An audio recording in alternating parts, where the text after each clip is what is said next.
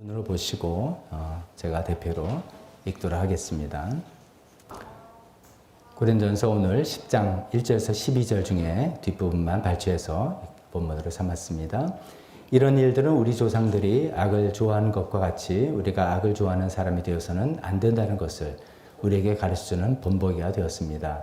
그들 가운데 얼마는 우상을 숭배했습니다. 성경이 이렇게 기록하기를 백성들이 앉아서 먹고 마셨으며 일어서서 춤을 추었다 하였습니다. 여러분 그들과 같이 우상 숭배자가 되어서는 안 됩니다. 간음하지 맙시다. 그들 가운데 얼마가 간음을 하였고 하루에 2만 3천 명이나 쓰러져 죽었습니다. 그리스도를 시험하지 맙시다. 그들 가운데 얼마는 그리스도를 시험하였고 뱀에게 물려서 죽었습니다. 그들 가운데 얼마가 불평한 것 같이 불평하지 마십시오. 그들은 파멸을 시키는 이에게 멸망을 당하였습니다. 이런 일들이 그들에게 일어난 것은 본보기가 되게 하려는 것이며 그것들이 기록된 것은 말세를 만난 우리에게 경고가 되게 하려는 것입니다. 그러므로 서 있다고 생각하는 사람은 넘어지지 않도록 조심하십시오. 아멘. 잠깐 기도하겠습니다. 하나님 아버지, 그렇습니다. 성경에 있는 모든 이 기록들이 우리에게 본보기가 되며 우리에게 경고를 삼으려는 것이다 하였습니다. 하나님, 그 내용을 다시 한번 우리가 더 되새겨 보면서 우리에게 어떤 본보기를 주시는지, 어떤 경고를 하시는지 듣기를 원합니다. 성령님, 우리 각자의 마음속에 우리에게 필요한 경고와 또 때로는 위로와 격려도 주시고 우리가 어떻게 살아야 되겠다, 우리가 하나님 앞에서 올바로 결단하고 주님의 도움을 구하는 이 한 시간 되게 도와주시옵소서. 예수님의 이름으로 기도했습니다. 아멘. 자리에 앉으시기 바랍니다.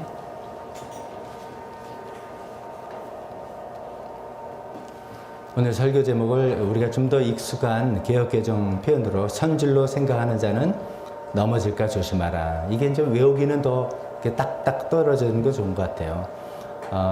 한번 여러분 같이 한번 읽어볼까요? 제목만 같이 한번 읽어봅시다. 시작. 선질로 생각하는 자는 넘어질까 조심하라. 한 번만 더 해봅시다. 시작. 선질로 생각하는 자는 넘어질까 조심하라.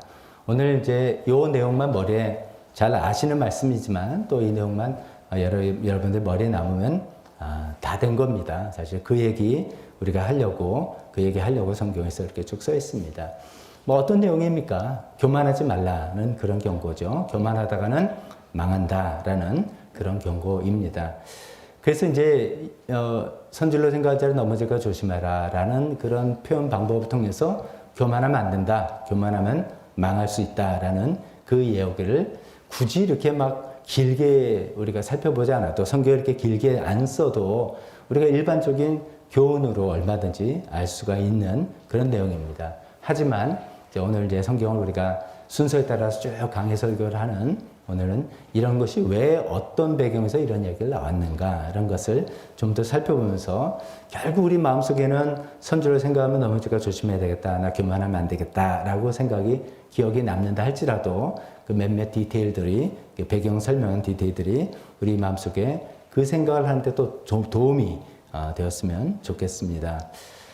이 말씀이 이제 나온 그 배경적 흐름이 우리가 순서를 따라 보니까 흐름이 어떻게 되냐 하면 지난주에 사도 바울이 자기의 예를 들었죠. 신앙인으로서 어떤 자유가 있고 또 사도로서 분명 어떤 권리가 있지만 복음에 참여한다는 그 특권 앞에서는 그런 거 기꺼이 내려놓을 수 있겠다. 그렇게 생각한 것이죠. 그리고 내가 수고하고 애썼지만 어떤 보상을 꼭 기대하고 바라서도 아니다. 여기에 내가 동참하는 것 그 자체가 기쁨이고 영광이기 때문이다. 라고 이야기를 했던 것을 살펴봤습니다. 그뿐만 아니라 근데 반대로 만약에 그것을 계속 내가 나 자신을 몸을 쳐서 굴복하는 만큼 자기를 성찰하고 하는 것이 아니라면 즉 자기의 권리, 자기의 자유 막 주장하고 그것을 위해서 막 고집을 피우고 남들이 옆에서 상처를 받든 말든 힘들든 말든 내 권리인데 내 자유인데 성경이 보장한 것이고 하나님께서 주신 거고 뭐 이렇게 마구마구 해서 주변 사람들 다 힘들고 피해주게 하는 것을 마구마구 그냥 행사한다면 그것을 자기 몸을 쳐서 굴복시키지 않는다 이렇게 표현했죠. 그렇게 한다면 결국은 버림을 받는 가련한 신세로 전락할 수가 있다. 이런 얘기를 한 것을 기억하실 겁니다. 물론 이제 버림받는다는 것이 제가 좀 설명했지만 구원을 잃는다 뭐 그런 얘기는 아닙니다. 구원을 잃는다는 이야기는 아니지만 어쩌면 하나님께 쓰임을 받지 못한다. 이런 이야기라고 말씀드렸습니다. 지나치게 이것을 우리가 경계하는 마음속에 하나님에 대한 어떤 이제 불필요한 두려움, 내 예수님 믿고 막 살다가도 깔딱하면 그냥 나는 이제 지옥 갈 거야. 뭐 이렇게 불필요한 두려움은 갖지 않으면 좋겠습니다. 이제 성경에서 이제 그 뜻으로 이야기하는 것은 아니기 때문이죠. 그러니까 이제 어떻게 생각하면, 뭐 그래도 되는구나. 뭐 그래도 천국은 간대네. 구원받는 거는 잃지 않는다네. 그러니까 뭐 굳이 힘들게 뭐 굴복을 시켜 그냥 권리주장도 하고 뭐 좀 자유롭게 살고 그래도 되는 거 아니야? 라고 생각하시는 분이 없으시겠지만 혹시 있을지도 모른다는 생각이 제가 이 생각을 해봤습니다. 여러분들이 어떤 이제 좋은 직장에서 이제 직장 생활을 하시고 그러면 이제 봉급도 좋고 막 그럽니다. 그런데 어느 순간에 제가 이제 나는 모르지만 위에서 고가평가를 해서 실격이 된 거예요. 저 사람은 우리 회사에 도움이 안 되는 사람. 근데 해고하려니까 그건 안 되고 그래서 해고는 안 시키는데 직장에 왔는데 할 일거리를 안 주는 거예요. 그런 일이 닥치면 여러분 반응 어떻겠습니까? 아싸 잘 됐다. 가서 뭐 내 맘대로 뭐 휴대폰 보고 하고 봉급 따박따박 받으니까 야 완전히 꿀 직장이다. 그러시겠습니까?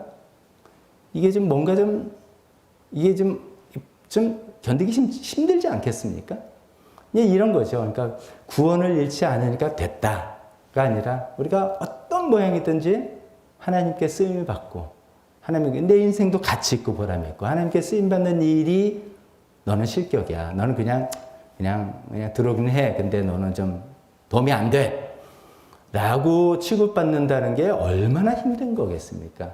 힘들죠. 그렇게 하면. 그죠? 그런 무게로도 우리가 생각을 해야 되겠다는 것입니다. 그래서 사도 바울은 그런 걸 생각하니까, 안 되겠다. 그래서 자기 몸을 쳐서 내 권리, 내 주장, 내 자유 다 있지만, 그거 내려놔야 되겠다. 라고 생각을 했다는 그 말이죠. 그게 이제 지난주까지 사도 바울이 자기 예를 들어서 얘기했다면, 오늘은 구약 성경에 나온 이스라엘 민족의 예를 들어서 또 그것을 더 실감나게 이야기하는 것입니다. 자, 오늘 이제 우리가 읽지 않았던 10장 1절서부터 몇 분을 보면 여러분의 출애굽기에 나온 어떤 민수기 신명기에 나온 그런 여러분들 특히 구약의 우리 이제 일부를 다 읽으셨으니까 많은 분들이 기억이 생생한 그런 이야기를 하고 있습니다.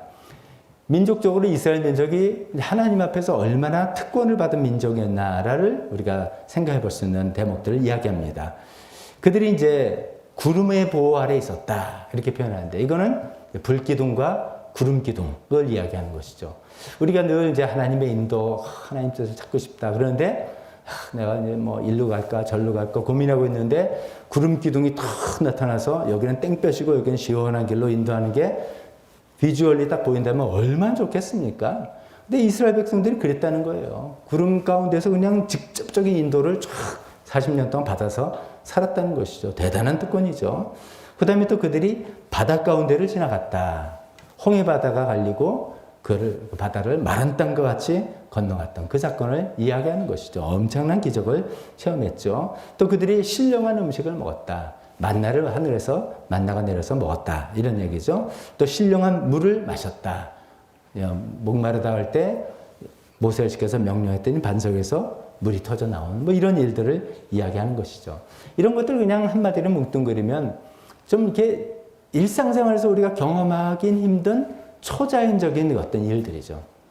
우리가 보통 살아갈 때 그런 일들을 몇 번은 경험만 합니다. 너무너무 신기해서 막 소름이 꽉 찌길 정도로 우와 이런 일이 나한테 하나님이 이런 일을 하셨어. 이런 간증은 한두 개쯤은 다 있습니다. 근데 이제 이스라엘 민족처럼 이렇게 엄청난 초자연적인 그 기적들이 꽉 있던 민족인 굉장한 특권을 받은 민족이었다는 그 얘기를 하고 있는 것이죠. 근데 이제 왜 이런 얘기를 하냐면 하나님께서 왜 그들에게 이런 특권을 베푸셨나?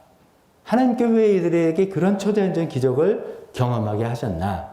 그 의도가 있을 텐데 그 의도는 우리가 일반적으로 표현한 것처럼 하나님의 영광을 드러내기 위해서다. 즉 그들이 하나님의 영광을 드러내는 어떤 도구가 되고 통로가 되게 하려고 하나님께서 그들을 특별히 이렇게 사랑을 베풀어 주셨다라는 것을 우리가 또 알고 있습니다.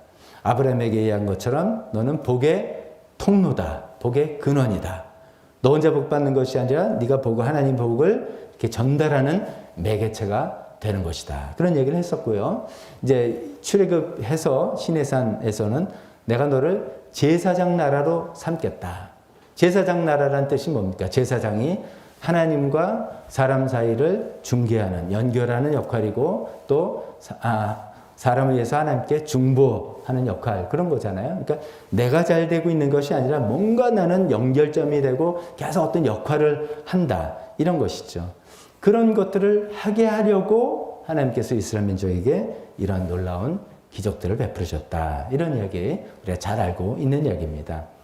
그런데 이제 문제는 그런데 이거죠. 그런데 이스라엘 민족이 이런 체험, 이런 특권들, 이런 것으로 인해서 마음이 높아졌다 이거죠. 마음이 교만해졌다. 이것을 이제 사도 바울은 여기 독특한 표현으로 선줄로 생각했다 이거죠. 나는 스스로 딱 자립, 혼자 딱 쓴 사람이야. 선줄로 생각했다는 거죠. 마음이 교만해졌어요. 그래서 자기의 사명을 잊어버리게 된 것이죠. 점점점 그걸 까먹고, 그래서 하나님께서 싫어하시는 일들을 자꾸만 했다는 거예요. 하나님께서 싫어하시는 일을 해서 결국은 대다수 이스라엘 사람들이 광야에서 멸망하고 즉 죽고, 그거를 이제 선줄로 생각한 사람 넘어질까 조심하라는데 넘어져 버리고 말았다. 그런 이야기를 빗대어서 이야기하는 것이죠. 자, 오늘 이제 본문을 우리가 이렇게 살펴보니까 그들이 하나님께서 싫어하시는 일을 했다라고 하는데 그게 뭔가도 좀 같이 더불어 생각해 봅니다. 성경에 쭉 써 있으니까 읽어보면 4가지를 거론하고 있습니다. 첫 번째는 우상숭배를 했다 하는 거죠. 우상숭배했다는 것은 출애굽기 32장에 이제 모세는 십계명을 받으러 저 시내산에 올라간 사이에 이게 40일인지 딱 날짜가 확정된 건 아니니까 이제나 저제나 기다려도 안 오니까 모세가 변고가 났다라고 생각해서 아론을 북직어가지고선 우리를 출애굽시킨 신을 형상을 만들자라고 한 사건이 바로 금송아지 사건이죠. 금송아지 사건인데 이제 모세가 그 하나님께 그 얘기를 듣고 내려와 보니까 난리가 난 거죠. 금송아지 위에를 만들어 놓고 사람들이 먹고 마시고 일어서서 춤을 췄다, 이렇게 표현했는데 이게 그냥 뭐 먹고 마신 게 뭐 대단한 건가 아닌 게, 이 먹고 마신 일어서서 춤을 춤, 이것은 종교적인 행위를 표현하는 것입니다. 그러니까 종교적인 어떤 엑스타시에 들어가는, 광란의 상태에 들어가 있는 것이죠. 우리가 그림을 그려본다면 금송아지 상이 있고 주변에 뭐 음악 소리 뭐 하면서 한 잔씩 하고 먹고 취하고 막 난리를 하는 어떤 종교적인 엑스타시의 그런 이제 종교적인 행사를 하는 그런 우상숭배 했다는 것이죠. 굉장히 대표적인 우상숭배 모습이죠. 두 번째, 하나님께서 싫어하시는 일로 간음을 했다, 이런 것이죠. 여기서 간음은 민수기 25장에 나오는 이스라엘 민족이 모압 여인들과 통혼한, 간음한 그 이야기를 이야기하고 있습니다. 이제 뭐 지금하고 이제 이 개념이 다르죠. 그 당시에는 한 민족은 자기 신이 있기 때문에 모압 여인과 그 성적인 교류를 했다는 것은 그 신을 받아들였다는 그 뜻이기 때문이죠. 그래서 이제 많은 사람들이 하나님께 죽음을 당했다. 또 세 번째, 하나님을 시험했다, 이런 거죠. 테스트를 했다는 거죠. 이 테스트 했다는 이야기는 민수기 21장에 나온 사건입니다. 이제 출애굽에서 광야 생활 지내다가 지금의 이스라엘은 가나안으로 들어가야 되는데 이제 빠른 길이 있어요. 그 당시에도 지금 이제 다 국어학자 다 알고 있는 왕의 대로라는 무역로가 있습니다. 굉장히 편한 발달된 무역로. 그걸 따라 가면은 가나안에 금방 들어가는 건데 그 입구를 지키고 있는 에돔 사람들이 너네들 못 지나가, 막게 한 거예요. 그러니까 할 수 없이 멀리 돌아가게 되는 것을 이스라엘 사람들이 너무너무 싫어한 거예요. 민수기서 21장에 보면 마음이 상했다. 그것 때문에 마음이 상했다. 왜냐하면 고생하는 길을 여기서 고속도로 타게 되는데 못 가고 지방국도를 멀리 돌아가게 하니까 하나님 이거 뭡니까? 여기까지 고생해서 왔는데 이거 못 가게 합니까? 하면서 하나님 정말 우리를 저리로 인도하실 그런 능력이 있으시고 그런 마음이 있으신 분인가? 막 너무 마음이 상해서 하나님을 막 시험하고 막 그랬다는 것이죠. 그래서 하나님이 그 벌로 불뱀을 보내시고 물린 사람이 많이 죽게 되고, 또 하나님께서 불쌍히 여기서 구리로 뱀을 만들어서 장대 달아 높이 들어서 그걸 보면 바로 낫게 하겠다는 유명한 사건이 여기서 나오는 것이죠. 마지막으로 하나님께서 싫어하셨던 일을 불평했다, 이거죠. 불평. 광야의 이스라엘 민족들이 제일 잘한 것이 불평입니다. 그들의 주특기가 불평이에요. 민수기서 14장에 보면 하나님이 아예 대놓고 이야기해요. 너희들이 10번이나 나를 시험하고 불평했다. 그러니까 공식적으로 큰 것만 해도 10번이나 불평했다. 나를 시험했다. 이렇게 이야기할 정도입니다. 자, 이런 이야기를 쭉 하는 이야기는 이스라엘 민족들이 어떤 놀라운 초자연적인 그 기적과 하나님의 특별한 보호와 은혜를 체험하다 보니까 자기들이 선줄로 생각한 거예요. 자기들이 마음이 교만해진 거죠. 그러니까 딱 선줄로 하고 우리는 특별한 사람들이고 하나님 이런 특별한 경험을 했고 쭉 마음이 높아지다 보는데 마음이 쭉 높아졌는데 아니 뭐가 내 마음대로 내 뜻대로 잘 안 되고 나니까 별 생각이 다 나고 별 행동들이 다 나오는 것이죠. 우리가 이제 자녀들 키울 때도 물론 자존감을 세워줘야 되고 뭐 사랑을 베풀어주고 해야 되는데 자칫 잘못하면은 진짜 자기가 최고인 줄 알잖아요. 그 체중이 와서 뭐 조금 안 되면 매우 때를 쓰는 그런 행동처럼 돼버린 거죠. 그래서 우상숭배도 나오고 간음도 나오고 불신에서 나온 시험도 나오고 하나님께 불만 불평 이렇게 된 거죠. 이 모든 네 가지 하나님 싫어하시는 행동의 뿌리는 교만이다. 선줄로 생각한 것이다. 라는 것이죠. 그래서 이스라엘 역사들은 이제 대부분 사람들이 광야에서 죽임을 당하고 그 다음에 아주 소수 그 다음에 광야 세대 2세대 이 사람들이 하나님께서 약속하신 가나안 땅에 들어갔다. 이런 얘기를 이제 다시 한번 우리에게 상기시키는 것이죠. 이게 이제 대표적으로 지난번에 9장에서는 사도 바울이 자신의 예를 들어서 자기는 넘어지지 않기 위해서 어떻게 자기 몸을 쳐서 복종하려고 애를 쓴다 이런 얘기를 했는데 좀 약간 성공하는 케이스죠. 근데 10장에서는 실패한 케이스예요. 넘어져 버린 케이스. 선줄로 생각하다가 넘어진 케이스를 이야기하고 있다는 것입니다. 자, 그러면 이제 사도 바울이 이런 얘기를 하는 이유는 너무 뻔하죠. 그 당시에 고린도 교회가 똑같은 문제에 처하고 있었습니다. 고린도 교회가 비슷한 상황이기 때문에 이 사건이 괜히 기록된 게 아니라 당신들과 우리에게 본보기로 경고로 삼게 해서 해준 게 아니냐 이런 얘기를 하고 있는 것이죠. 우리가 쭉 이제 고린도전서를 쭉 살펴봤는데 고린도전 사람들이 좀 똑똑한 것 같아요. 그리고 뭐 하는 체험도 많은 것 같고 하여간 대단한 사람들이에요. 어리버리한 사람들은 아니에요. 그래서 자기들이 선줄로 생각하는 겁니다. 우리 뒤에 나중에 보면 은사도 많이 받았고 또 앞에 쭉 살펴봐요. 지식도 많고 이 여러 가지 읽다 보니까 또 이제 딱 생각해보니까 이건 이거네. 이건 신앙 안에서 이런 권리가 있네. 난 이런 자유가 있네. 이거 분명히 확실한 사람들이에요. 그러다 보니까 자신들이 선줄로 생각한 것이죠. 그래서 이스라엘 역사를 이야기하면서 선줄로 생각한 사람 넘어질까 조심해야 된다. 우리 조상 이스라엘 사람들이 그렇게 됐다라고 이야기를 하고 있습니다. 성경을 우리가 읽는 우리들에게는 고린도 사람들이 참 그랬구나 해서 끝나는 게 아니라 이것이 또 우리에게 대한 본보기가 되고 경고가 된다는 것으로 오늘 후반부에 말씀 살펴보려고 합니다. 우리에게도 본보기가 되고 우리에게도 경고가 된다는 것이죠. 어쩌면 신앙생활에서 가장 무서운 것 중에 하나가 교만에서 나오는 확신입니다. 사람 교만해서 어떤 확신을 갖게 되면 아무도 못 말립니다. 사실 이제 제일 무서운 것 중에 하나가 종교적인 확신이다. 이런 얘기를 합니다. 종교적인 확신 때문에 전쟁이 나서 사람을 죽여도 눈 하나 깜짝 안 하고 신의 뜻이다. 이렇게 생각해서 진짜 신의 뜻이 하나님 뜻이 뭔지는 잘 생각하지 않고 자신들의 종교적인 확신에 근거해서 무지무지한 행동들을 하는데 우리는 그 정도까지는 안 간다 하더라도 어떤 우리 마음이 교만으로 딱 차서 내가 딱 섰다. 나는 서 있는 사람이야. 라고 생각하면 자신의 판단과 생각들을 확신하는 이것들 때문에 정말 많은 피해가 나는 것을 또 자신은 인정도 안 하고 모르는 것이죠. 오늘 이제 고린도 교회가 그랬던 것처럼 우리도 그럴 수 있는 가능성이 있기 때문에 이런 것을 우리의 본보기와 우리의 경고로 이 시간에 생각해 보려고 합니다. 그런데요, 제가 이제 그렇게까지 생각해서 이제 몇 가지 이제 우상숭배, 간음, 시험, 불평 이런 걸 또 우리 식으로 생각해 보려고 준비를 했는데 오늘 아침 기도를 하다 보니까 이 생각이 들었습니다. 혹시나 목사님, 나는 좀 서 있었으면 좋겠습니다. 선줄로 생각하면 넘어질까 조심하라는데 나는 서 있지를 못합니다. 난 교만할 거리가 없습니다. 선줄로 생각이커녕 제발 좀 일어나 보기라도 했으면 좋겠습니다.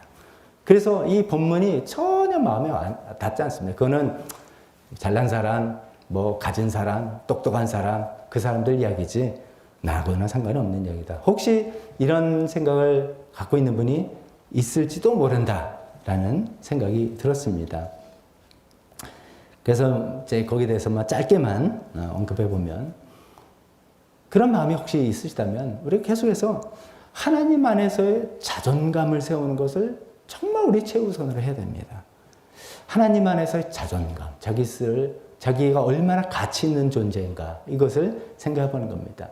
오늘날 우리가 세상에서 살아갈 때는 자기의 가치의 근거가 뭐 되게 이제 얼마나 돈을 많이 버는지, 얼마나 남들이 인정해주는 회사를 다니든지 사업체를 운영하든지 등등 이런 외형적인 자산을 통해서 가치를 인정하죠. 그게 워낙 대세니까, 그런 자본주의 사회에 우리가 살고 있으니까 이게 웬만큼 노력해서는 그 하나님 아래에서 자존감을 세우는 게 쉽지는 않습니다. 그렇지만 이거는 영원한 것이고 나머지 또는 있을 수도 있고 없을 수도 있고 다 이런 것이죠. 건강 한번 날아가면은 내가 갖고 있는 모든 것은 순식간에 날아가는 것입니다. 그러니까 나의 자존감의 근거를 절대로 사라질 수 있는 것들에 두지는 않고, 사라지지 않고 영원한 것에 두는 연습과 훈련을 계속하는 것이 바로 신앙생활이죠. 그래서 하나님 안에서 자존감을 세우자 하는 것인데, 다른 말씀을 드릴 수 있지만 지난주에 드린 말씀, 오늘도 대표기도를 통해서 또 우리가 또 다시 상기된 복음의 이 놀라움을 우리 정말 생각해 보자는 거죠. 뭐 이제 뭐 칭의, 성화 이런 것도 중요하지만 지난주에 그 에베소서 말씀을 통해서 이 세 가지 한번 생각해 보죠. 부르심에 속한 소망. 하나님께서 나 같은 정말 이렇게 추한 사람을 거룩하고 흠없는 사람을 만들어 나가시려고 나를 부르셨다라는 이 부르심의 그 어마어마함.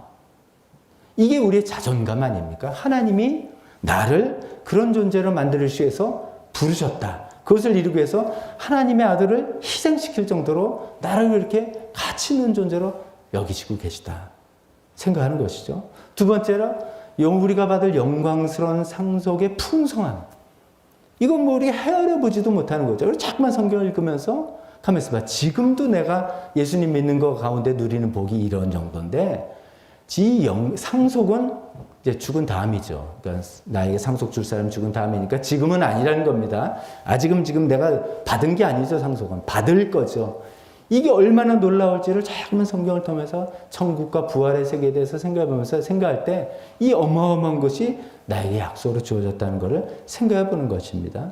세 번째로 우리에게 활동하시는 하나님의 능력. 이거는 지금 우리 안에서 활동하시는, 죽은 예수님을 살리신 부활의 능력, 똑같은 능력이 지금 내 안에서 살리시는 그 능력으로 지금 여기서 나에게 역사하시려고, 활동하시려고 막 5분 대기처럼 이 안에 있고 이미 내 안에서 성령님께서 계시는데, 여기에 대한 관심, 여기에 대한 생각, 이런 것들이 있느냐 하는 거죠. 이런 것들만 우리가 쫙 생각하고 묵상해도 우리의 자존감은 그냥 올라가는 것이죠.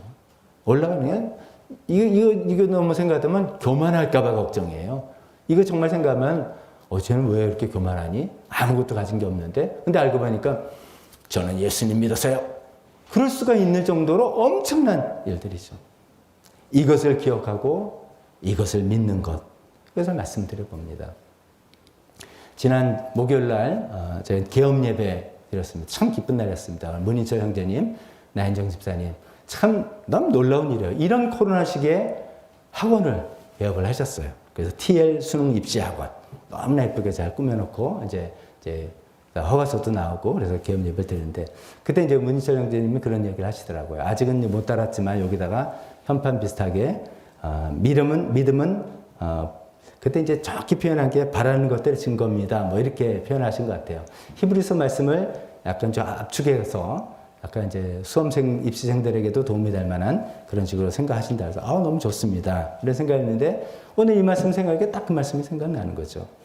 믿음은 바라는 것들의 확신이요. 세 번에 표현하면 바라는 것들의 확신이요. 보이지 않는 것들의 증거이다. 다시 더 부연 설명하면 믿음은 바라는 것들의 예전 표현은 실상, certainty, reality. 우리가 바라는 것들의 실체 이런 뜻이죠. 우리가 바라서 지금 없는데 내 손에 만져지는 건 아닌데 하나님께서 우리를 그런 부름으로 부르셨고 우리에게 그런 상속을 주실 거고 그런 능력이 내 안에 있다는 것을 아니 내 눈으로 보고 만져지면 내가 믿을게 라고 생각하지만 그건 믿음이 아니라 믿음은 하나님께서 약속하시고 우리가 그것을 바라는 것의 실상, 실체, 보이지 않는 것들의 증거라는 것이죠. 그러니까 뭐 아무리 에베소서 말씀에 이 세 가지 얘기해도 말은 좋은데 라고 하는 분들은 믿음이 없는 거죠. 믿음은 없는 거죠. 지식은 있어도 믿음은 없는 거죠. 믿음은 하나님께서 우리에게 약속하셨으면 반드시 이루어질 줄을 믿나이다. 그래서 없지만 있는 것을 생각하면서 그 힘으로 지금 나의 자존감이 올라가고 그 힘으로 살아가는 것. 그것이 바로 믿음의 힘이죠. 비록 내가 가진 것이 좀 적고 지금 현재는 일이 잘 안 될 수도 있고 어쩌면 큰 고민이 있어서 선줄로 생각하긴커녕 난 지금 누워 있습니다. 엎드려져 있습니다. 라고 생각하시는 분들 오늘 지금 하나님 말씀을 정말 붙들고 믿으시길 바랍니다. 붙들고 믿으실 때 그것이 보이지 않는 것들의 증거가 되고 우리 바라는 것들의 실체가 돼서 우리를 이끌어 나가실 것입니다. 그 말씀을 꼭 드리고 싶습니다. 그러면서 그 기반 하에 두 번째로는 현실을 지혜롭게 살아가는 그 방법을 계속해서 연구해야 되겠죠. 오늘 이거는 제가 이제 갑자기 오늘 아침에 문득 참 하면서 한 거라서 많이 그 말씀을 드릴 수 없는데요. 현실을 지혜롭게 살자는 건 제 마음속에 떠오르는 것도 이런 겁니다. 그냥 실속 있게 살자는 허세 부리고 막 이런 게 아니라 정말 실속 있고 그 다음에 나의 에너지와 시간을 막 분산하는 게 아니라 정말 집중해서 우리가 주어진 체력과 시간과 금전과 이런 것 에너지 다 한정되어 있습니다. 정말 지혜로운 사람은 하나님 앞에서 우리가 뭐 모든 사람 다 알고 뭐 여기저기 하는 게 아니라 정말 가치 있고 중요한 것 하나님께서 정말 나한테 맡겨주신 것 이것을 위해서 집중하고 실속 있게 남들이 부러워하고 말고 그게 중요한 게 실속이 있어서 내 삶을 유지해 나가고 어떻게 무슨 일을 해 나갈 수 있는 그런 방법을 생각해 나가는 지혜를 저는 말하고 싶습니다. 그렇다면은 우리의 생활 규모가 어떻든 사회적 지위가 어떻든 간에 우리는 얼마든지 실속 있게 얼마든지 하나님 앞에 쓰임 받으면서 살아갈 수 있을 것이라고 믿습니다.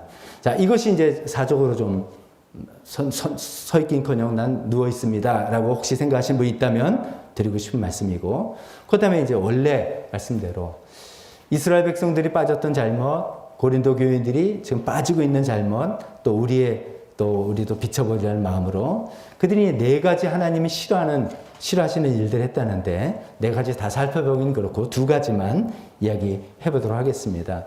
첫 번째는 우상숭배입니다. 우상숭배. 우리 마음에도 내 마음에도 어떤 교만함으로 인해서 내가 너무 선줄로 생각하는 마음 때문에 우상숭배하는 게 없는가라는 생각을 해보자는 것이죠. 이런 얘기를 말씀드리면 제가 무슨 우상숭배입니까? 교회 열심히 다니는데요. 이렇게 말씀을 하실 거고요. 당연히 이렇게 하겠죠.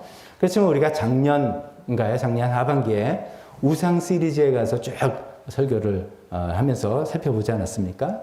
우리 마음속에 우리 주변에 너무너무나 많은 우상들이 있고 사실 그 살펴보니까 내 마음은 뭐 여러 가지 우상을 만드는 우상 제조 공장이더라. 팩토리더라. 이런 이야기를 살펴봤죠. 그때 거론했던 것들을 잠깐 하나씩 이야기해 보겠습니다. 첫 번째 제일 빠질 수 있는 우상은 돈이죠. 돈이 왜 우상인가는 말씀드릴 필요가 없겠죠. 돈이 쉽게 벌리지 않죠. 절대로 쉽게 벌리지 않죠. 돈은 자기를 신처럼 섬겨야지만 주는 것이죠. 그러니까 돈에 우상이 빠지기가 너무 쉽습니다. 우리는 하나님을 섬겨야 되는데 돈을 벌고 우리 생활을 충족하기 위해서 근데 돈이 그냥 굴러돌아다니면 절대로 없으니까 막 신처럼 떠받들고 내 마음과 생각을 다 팔아야지만 우리가 반대로 오는 그런 일이기 때문에 너무나 여기 빠지기 쉬운데 그래 우리 그때 말씀드렸죠. 돈을 섬기는 대신 돈을 잘 사용하는 법을 자꾸만 생각해보자 말씀드렸고요. 두 번째 우상은 그때 이야기해야 되는 것이 평생 소원이었다 했습니다. 평생 소원. 당신 왜 이렇게 열심히 신앙생활 합니까? 왜 이렇게 교회를 섬깁니까? 평생 소원을 하나님께서 허락해 주시기를 바라는 마음입니다. 그렇게 해서 따라왔던 사람 중에 한 사람이 아브라함이었죠. 아브라함이 가라는 대로 가고 하나님이 시키는 일이 평생 소원인 아들 하나 얻는 것. 그래서 그 아들을 딱 얻으니까 됐다라고 생각하는 마음인데 하나님 보시기에는 그 평생 소원이 이루어지는 게 잘못하면 독이 된다라는 생각에 그 아들 내놔라 라고 이야기하시죠. 당황하지 않고 우리의 평생 소원을 이루는 것보다 그 좋으신 하나님을 믿고 따르는 것이 좋다. 평생 소원이 우상이 되어서는 안 되겠다 말씀드렸죠. 또 세 번째 우리가 이야기했던 건 인정과 인기와 칭찬. 왜 우리가 나의 행복을 남한테 거냐 이거죠. 남의 인정, 남이 인정해 주는 것, 남들한테 얻는 인기, 남들이 해주는 칭찬. 필요합니다. 사회생활에 물론 필요합니다만은 거기에 나의 행복을 건다면 얼마나 내 인생이 비참해지느냐. 근데 많은 경우 그것이 또 우리의 우상이 되기도 하죠. 또 살펴본 것이 권력. 내 인생의 주인은 누구냐? 그때 제가 이제 시를 인용하면서 그런 얘기 했잖아요. 내 운명의 주인은 나다. 내 영혼의 선장은 나다. 이런 이야기도 하지 않았습니까? 엠빅터스 시를 인용하면서. 내 인생의 그때 제가 들려는 취지는 많은 경우 우리가 생각 안 하면 내 인생의 내 영혼의 선장은 남이에요. 환경이에요. 물질이에요. 이런 것들이 나를 영정 오늘 좀 기분이 왜 안 좋아? 그 사람이 말이야 나를 막 깔보잖아. 남이 나의 마음을 좌지우지하는 거죠. 당신 왜 이렇게 기분이 안 좋아? 돈 날라갔어. 이런 거. 그 물질이라는 거죠. 그게 아니라 내 운명의 주인이요. 내 영혼의 선장은 나다. 이거죠. 근데 거기서 더 나가서 하나님이다. 내 거로 뺏어온 다음에 하나님께로 드리자. 그런 말씀 드렸습니다. 그 다음에는 우리는 요나가 박넝쿨 없어진 것 때문에 막 열받아서 했던 거 그때 말씀드린 기억을 하시면 좋겠습니다. 그 마음속에는 요나에 갖고 있는 민족주의, 우리 민족에 대한 사랑. 굉장히 무서운 겁니다. 내가 속한 집단 이기주의, 우리 교회주의, 우리 가족주의, 우리 집안주의. 그러니까 우리가 하나님보다 더 높아지는 경우가 많더라. 이거 살펴봤죠. 두 가지 더 말씀드리면 성공. 또 우리 많은 분들의 우상이 성공일 수도 있습니다. 그래서 성공보다는 성공한 인생이 되자 말씀드렸죠. 성공한 인생의 정의가 뭡니까? 얼마나 많은 사람을 섬기고 있느냐. 얼마나 많은 사람이 나를 섬기느냐가 아니라 얼마나 많은 사람을 내가 섬기느냐. 그 사람이 큰 사람이라고 예수님께서 하신 말씀을 우리가 해석을 해보는 거죠. 마지막에 또 우상이 될 수 있는 것은 가족. 가족은 참 묘하죠. 나에게 가장 큰 기쁨과 큰 아픔을 동시에 주는 사람. 내가 가장 큰 기쁨도 주지만 가장 큰 아픔을 주는 게 가족인 것 같습니다. 그리고 끊어버릴 수도 없어요. 끊어버리면 천륜을 어기고 인륜을 어기는 것 같아서. 그래서 가족을 제가 이렇게 부정적으로만 생각하고 저 가족 행복합니다. 오해하지 마세요. 근데 이제 그런 것을 통해서 가족을 천국을 위한 섬김의 훈련장. 이거는 평생 섬겨야 되는 대상이죠, 가족은. 그래서 그 섬김을 조금 가족 안에서 연습하셔서 천국까지 이르는 훈련장이다. 이런 말씀을 쭉 드렸던 거. 여러분 다 잊어버리셨죠? 다 잊어버렸는데 이제 기억이 좀 나시려는지 모르겠습니다. 그것도 다 잊어버려야 돼요. 난 우상이 많아. 하나님만 믿어야 돼. 이렇게 생각하시면 되죠. 그래서 우상은 뭔가 이런 거 생각하면 결국 하나님보다 더 사랑하는 게 우상이잖아요. 결국 하나님보다 더 사랑하는 게 우상이라고. 그 우상의 핵심은 뭐냐면 자기를 높이는 것이요. 어떻게 해서 자기를 높이고 자기를 충족시켜주는 이런 것이죠. 여러분께 질문을 하나 해보겠습니다. 자, 이런 생각을 가지고 내가 교만한 사람, 이 교만과 우상숭배가 연결되어 있다는 말씀을 쭉 우리가 살펴보는 겁니다. 왜 우상숭배를 하는가 했더니 교만해서 그래요. 교만한 자기를 만족시켜줄 대상을 자꾸만 찾는 거예요. 그 얘기를 성경에서 하고 있는데 질문을 제가 던집니다. 내가 정말 교만한지 아닌지. 그래서 내가 우상숭배를 하는지 아닌지를 어떻게 아는가. 이거 너무 오픈 퀘스천이니까. 근데 이제 내가 교만한지 아닌지를 아는 거는 거꾸로죠. 좀 잘못 썼네요. 제가 드리고 싶은 말씀이 이겁니다. 점점 우리가 신앙이 깊어지고 연륜이 생길수록 다른 것보다도 사랑이 제일 중요하네. 이거를 안다면, 이것을 모른다면, 거꾸로 하면 이런 것을 모른다면 나는 점점 교만하고 나는 점점 고상한 우상숭배하죠. 아예 돈은 유치해. 뭐란다면 자기 명예. 이게 우상숭배가 되고 그런 것이죠. 진리, 옳고 옳은 거 이거 분들은 거죠. 근데 그런 것도 다 필요한데 점점점 하나님을 알아갈수록 정말 신앙생활 중요한 거는 사랑이더라.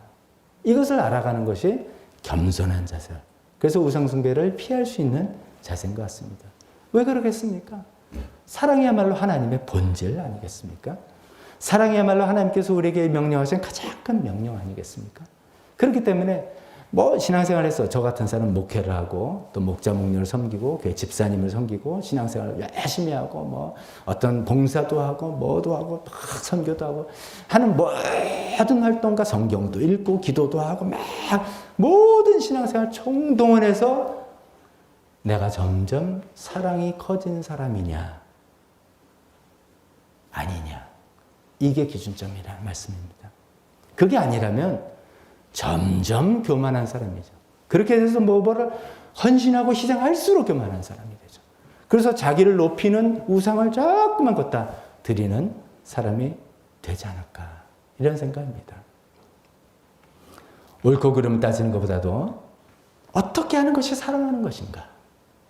어떻게 하는 것이 사랑하는 것인가? 이거를 더 생각하고 이것을 더 실천해낼 수 있는 사람.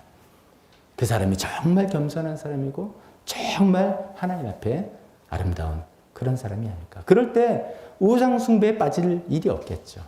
그리고 계속 하나님께 쓰임을 받을 수 있을 것이라고 생각합니다. 자, 우상숭배 말씀드렸고요. 두 번째 간음, 세 번째 시험 생략하고요. 네 번째 불평. 불평만 얘기합시다. 불평. 굉장히 작은 것 같지만 아주 무서운 죄인 것 같습니다. 굉장히 작은 것 같지만 아주 치명적인 병이라고 저는 생각합니다. 불만 불평은 병이라고 저는 생각합니다. 가만히 보면은 불만 불평이 입에 달린 사람들이 있습니다. 여러분 주변에 머리에 팍팍팍 떠오르는 사람이 있을 거예요. 그래서 어떤 때는 좋아요. 내가 불평하고 싶은데 그 사람 대신해줘요. 그러니까 나는 입이 깨끗해져요. 그 사람이 대신 막 불평하니까 난 저 정도는 아닌데 이럴 수는 있겠는데 근데 왜 피곤해요. 피곤해. 괴로워요. 그렇기 때문에 이게 모든 것을 부정적으로 만들고 될 일도 안 되게 만들고 이렇게 되는 것이죠. 그러니까 될 일도 안 된다는 것은 뭐냐면 하나님께서 우리에게 역사하실 일도 다 차단하고 막아버린다. 그런 뜻입니다. 그래서 우리가 거꾸로 매번 이야기하지만 훈련해야 될 것은 뭡니까? 감사를 자꾸만 찾는 연습, 나누는 훈련. 이것을 해야만 하는 것입니다. 감사할 거리가 있어야 감사하죠. 찾아야죠, 그러니까. 찾는 겁니다. 여러분, 감사거리가 없으면 제가 알려드릴게요. 정말 인생에 감사할 게 하나도 없다. 그러면요, 여기 가까운 있는 삼성의료원, 아산병원, 거기 가서 한 3시간만 앉아 계셔서 저절로 감사가 나옵니다. 수많은 병자들이 거기 있습니다. 근데 나는, 2다리, 2팔 다 있고 멀쩡하네. 속에 지병이 있을지 몰라도. 그것도 좀 잘 모르겠다면 응급실 앞에 좀 가게 해보세요. 저희가 이번에 많이 경험했습니다. 응급실에 가 있으면 수많은 환자들. 감사 저절로 나요. 감사를 찾는 것이죠. 그래서 감사는 매번 말씀드리지만 진심으로 우러나지 않아도 좋아요. 일단은 찾고 말로 고백하는 연습. 자꾸만 감사를 말하다가는 하면 어느새 그런가? 이렇게 되죠. 사람이 어떻게 보면 좀 어리석어요. 자꾸만 말하면 나 진짜 감사하네. 이렇게 되죠. 억지로 목장 모임이나 이럴 때 감사한 거 하자면 목장 싫어. 요새 나 너무 싫어. 그래서 좀 감사거리가 없다고 목장 오늘 안 갈래. 그런 마음도 드실 겁니다. 또 가면 그 얘기 하려고 건데 감사는 그냥 나는 지금 속상한 일만 짜증나는데 하려면 가식적으로 하는 것 같고 그런 것 같지만 일단 보따리를 펴놓고 이야기해 보면은 그래서 감사거리가 나와요. 그러다 보면 내 마음이 감사로 채워지는 경험. 저만의 경험입니까? 다 경험하지 않습니까? 감사는 온도 측정기가 아니라 온도 조절기다. 그러니까 몇 도, 내 마음의 상태가 몇 도인지를 측정하는 온도 측정기, 온도계가 아니라 나를 몇 도로 세팅을 해놓고 36도로 딱 세팅해놓고 떨어지면 다시 올라가고 떨어지다 올라가고 그런 온도 조절기다. 이런 얘기를 많이 하지 않습니까? 제가 이제 마음만 품고 아직은 못하고 있는 것 중에 하나가 제가 이제 삶 공부 중 행복의 길이라는 과목을 공부해서 이걸 어떻게 하면 해야지 이렇게 하고 있는데 그 중에 하나가 이제 그걸 가르치는 목사님이 그래요. 그 전에 목사님 교회에 좀 감사가 좀 이렇게 막 좀 쌓여 있어야 됩니다. 그런 얘기를 해요. 그래서 어떻게 그걸 합니까? 했더니 우리는 카톡을 많이 쓰잖아요. 저도 이제 말씀에서 할 때 한반만 네이버 밴드를 활용하는데 희한하게 네이버 밴드를 하래요. 저 아직도 좀 익숙하지 않은데. 근데 이제 그래서 감사 밴드를 만들어라. 그래서 거기에 참여하는 사람들이 오늘의 감사. 구체적인 거죠. 하나님 은혜가 좋습니다. 이건 감사 아니에요. 왜 감사한지를 쓰는 거죠. 오늘 생각해보니까 내가 예를 들어서 뭐랄까 소화가 잘 돼서 감사합니다. 어저께 2, 3일 전에 소화가 잘 안 돼서 고생했는데 오늘은 소화가 잘 되니까 감사. 뭐 이런 것부터 시작하는 겁니다.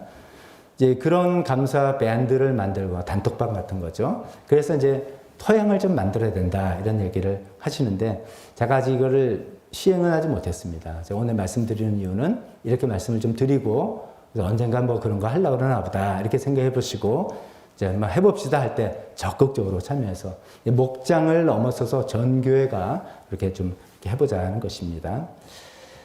자, 이제 불평이 굉장히 무서운 죄고 무서운 병이라고 말씀드죠. 근데 이제 불평이 왜 우리가 불평을 할까? 왜 불평할까? 생각하면 뭐 쉽게 생각하면 나한테 지금 뭐가 이렇게 되면 좀 불편하니까 불평한다 이렇게죠. 근데 내 생각과 내 기대대로 안 되니까 막 이게 뭐야 이렇게 되고요. 그리고 자기가 잘 안다고 생각하는 거죠. 불평하는 사람은 사실 자기가 잘 안다고 생각하는 겁니다. 이건 뭐 이렇게 하면 되는 건데 왜 저래? 이래서 불평하지? 좀 과한 표현입니다만 몰라. 그런 사람은 불평이 없어요. 뭐 그런가 보다 이렇게 되는 것이죠. 그러니까 사실 불평의 저 뿌리도 살펴보면 교만이 있을 수 있다 이거죠. 교만한 사람, 똑똑한 사람, 아니면 똑똑한 척하는 사람 이런 사람들이 불평이 좀 많이 있는 것이죠. 그렇다고 해서 뭐 감사랑 미련한 사람이 한다는 말이 아닙니다. 그 논리는 항상 그렇게 되지는 않으니까. 그러니까 이제 불평의 뿌리에도 교만이 있다 이런 말씀을 드립니다. 근데 이런 것들이 나 자신에 깎아먹고 주변을 좀 힘들게 만들고 정말 그것 때문에 좀 힘든 거예요. 불평과 부정적인 에너지가 막 펼쳐나가는 것을 이렇게 하는 것은 피곤합니다. 그러다 보면 저 사람은 좀 이렇게 그래서 왜 사람들이 왜 나를 왕따시키지? 그러면 내가 왕따시키지라고 생각하지 마시고 가만히 있으면 내가 감사와 기쁨이 많이 있는 사람이야? 불만과 불평이 많은 사람이야? 후자라면 사람들도 다 피곤한 거예요. 그 사람 옆에 있으면 좀 힘드니까요. 그러니까 좀 이렇게 피하다 보니까 왕따가 되는 그런 경우도 있는 것이죠. 자, 그러면 불평을 하지 말라니까 불평은 전혀 해서는 안 되냐? 아니, 뭐 일이 참 잘못되는 게 뻔히 보이는데, 뭐 그러냐? 교회에서 이제 그런 이야기 많이 하죠. 목회자에게 순종하십시오. 제가 굉장히 좋아하는 말씀입니다. 순종하십시오. 그러면 그냥 탁 하자면 하고, 저는 그걸 바라는 거 아닙니다만. 그러니까 뭐 그런 차원에서 하는 이야기냐? 이런 이야기인데, 아니죠. 우리가 이제 발전하기 위해서는 의견, difference in opinion, 그런 것들을 이야기하고, 뭐 이렇게 개선안도, 개선책도 이야기하고, 다 그런 것들이 소통이 되어야 되죠.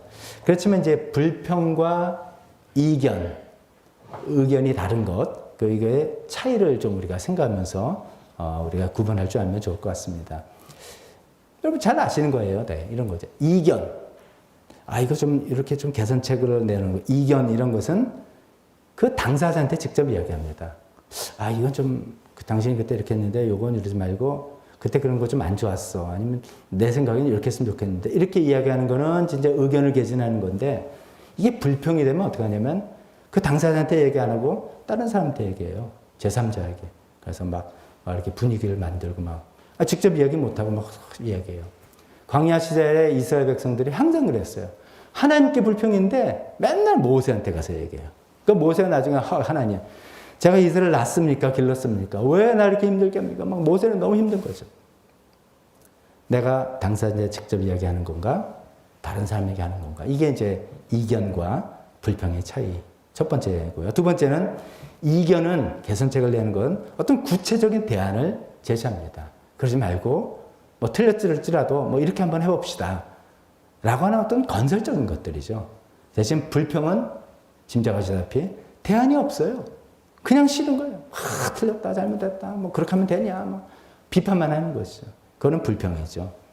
또 세 번째, 이견은 하고 난 내가 이렇게 제시했는데 뭐 지도자 입장에서 위에서 받아들이지 않는다. 내가 제시했지만 오케이 알겠다. 근데 이건 아닌 것 같다. 그럴 때 깨끗하게 승복합니다. 그럼 내 의견 제시했으니까 그래.